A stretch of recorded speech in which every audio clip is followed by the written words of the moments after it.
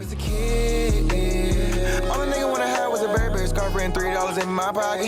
Instead I got beat with a switch, but I don't give a fuck, but it's on my body. Scars all up on me, but I run around from everybody. Life lesson learned, I better learn from this bitch, nobody. She pushed me around, she didn't give no motherfucks about it. She broke my heart 3 times, but I ain't getting... In less than 2 months, I will be moving into my college dorm room, starting my first official semester of college.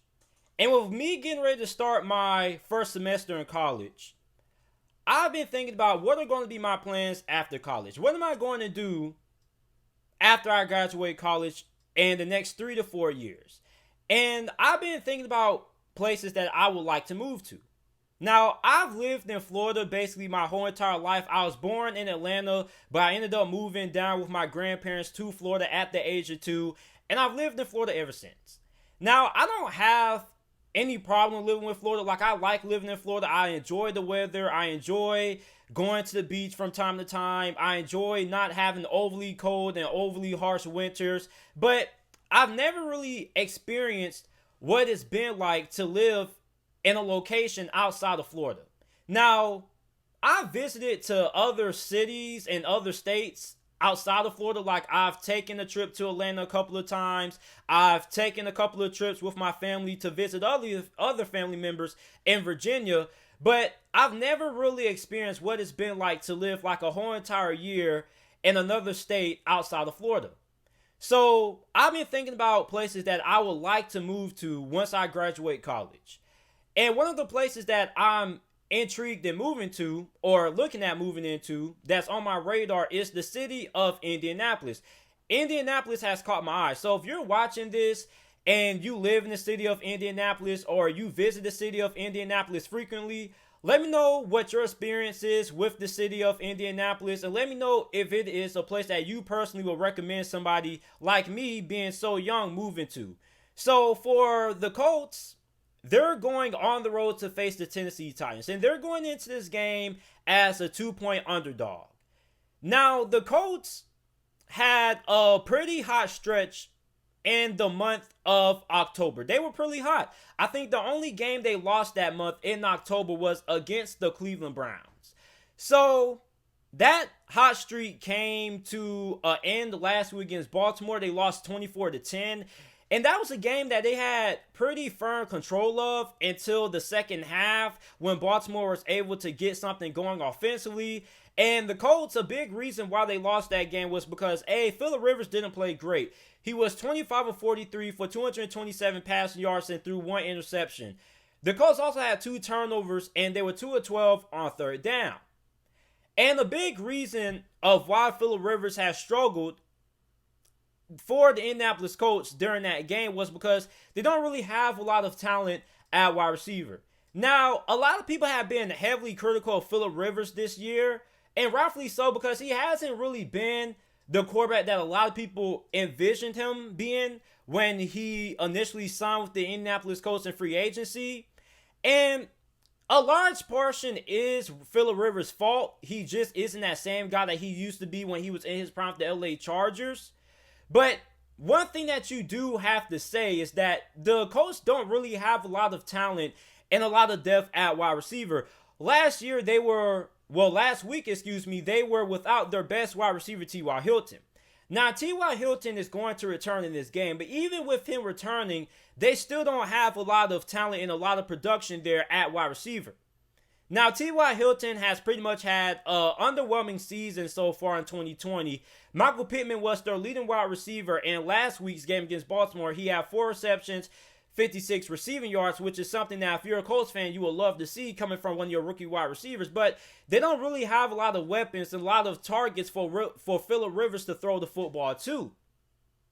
And that was a large reason why Phillip Rivers struggled in that game against Baltimore, and why Phillip Rivers hasn't really been the quarterback that a lot of people envision him being. A lot of people are like, oh, they have this great offensive line, but just because you have a great offensive line doesn't just mean everything's going to work out, because you do have to have wide receivers who are able to get open and who are able to create separation, and the Indianapolis Colts don't really have a lot of talent in that department at wide receiver. And I've been telling people this all year.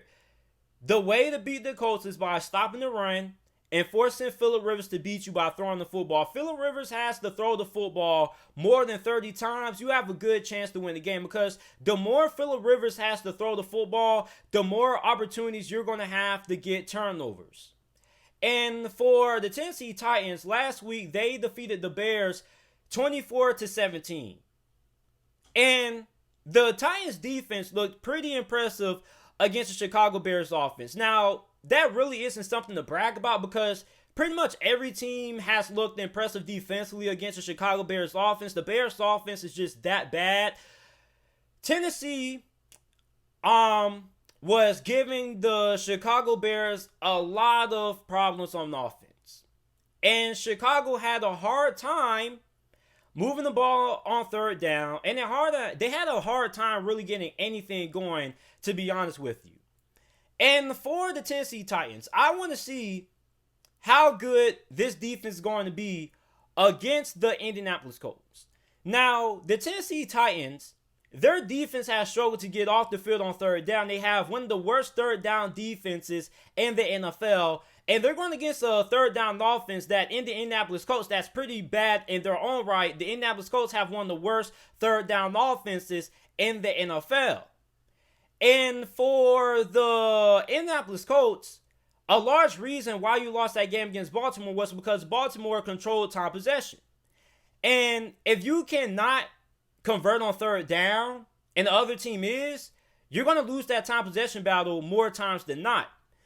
And for Indianapolis, if they cannot convert on third down in this game against Tennessee, they're going to lose the time possession battle. If Tennessee cannot get off the field on third down against the Indianapolis Colts, they're going to lose the time possession battle. So time possession is going to be really critical in determining who's going to end up winning this game. And for the Titans, I want to see how this offense is going to do against the Indianapolis Colts defense. Now, the Indianapolis Colts have one of the best defenses in football. They are third in the NFL in rushing yards per game allowing 83.6 rushing yards per game. They're third in the NFL in passing yards per game only allowing 206.4 passing yards per game. And they're second in the NFL in yards per rush, only allowing teams to rush for 3.3 yards per carry. And they're sixth in the NFL in yards per pass, only allowing teams to have 6.4 yards per completion every time they throw the football. So those are really good numbers.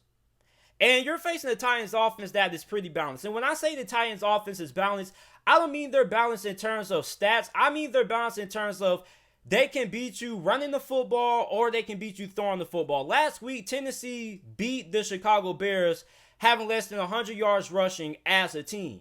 And the reason for that is because they are a balanced team. They don't have to run the football to win. That's a common misconception with the Tennessee Titans. A lot of people will say that, well, if you stop Derrick Henry, you can beat the Tennessee Titans. That is false. Okay, Tennessee is a balanced football team. Just because you stop the run game doesn't mean you're going to win. Now, they like to run the football. That is their identity, but they don't have to run the football to win.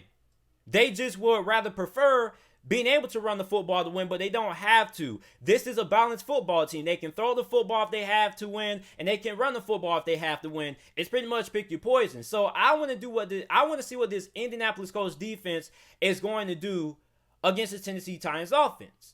Now, if the Colts offense struggles like how it did last week against the Baltimore Ravens, this is going to be a long game for Colts fans.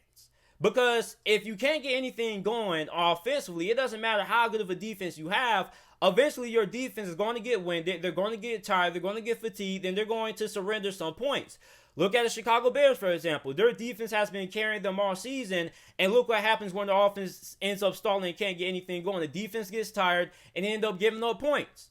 So, for this game, there are going to be playoff implications at stake. Right now, the Colts are 5-3 right now. They're tied with the Las Vegas Raiders, the Miami Dolphins right now, and the Cleveland Browns. If they lose this game, they're going to set themselves back in the playoff race. Okay, so it is really important that the Indianapolis Colts are able to come out on top with the victory in this game.